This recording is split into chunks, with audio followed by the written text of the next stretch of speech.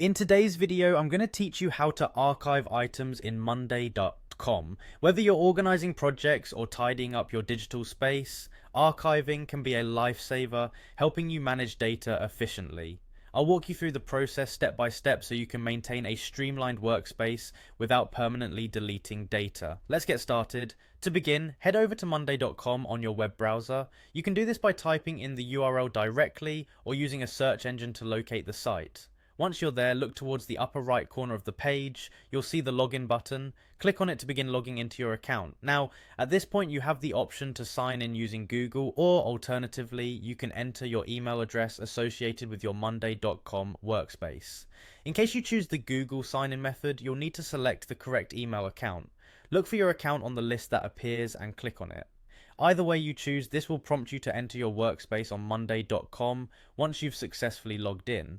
Now that you're in your Monday.com workspace, navigate to the board you want to work with. This is usually found on your main dashboard.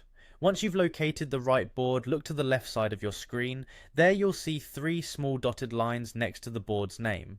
Click on these dots and a drop-down menu will appear right before you. From this menu, select Archive to begin the process of archiving your selected items or information. But what if you need to access those archived items later on? Well, that's an easy task too. Simply head to the upper right corner of your screen where you usually see your avatar or profile image. Click on it and you'll be presented with a list of options. Choose the archive option to review your archived items. This is where all your archived boards and categories are stored, so you can always find something later if needed. As you scroll through your archive, you'll be able to see everything you've previously archived.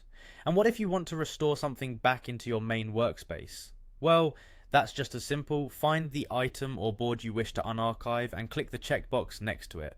This action prepares the item for restoration. Finally, look toward the bottom of your screen and you'll spot a Restore button. Just click it and your selected item or board will reappear in your active workspace, ready for use once again. It's that simple. Thank you for watching, and I hope you found this guide on archiving in Monday.com helpful. With these steps, you can keep your workspace organized and efficient, ensuring you always have access to important data when you need it. Happy organizing!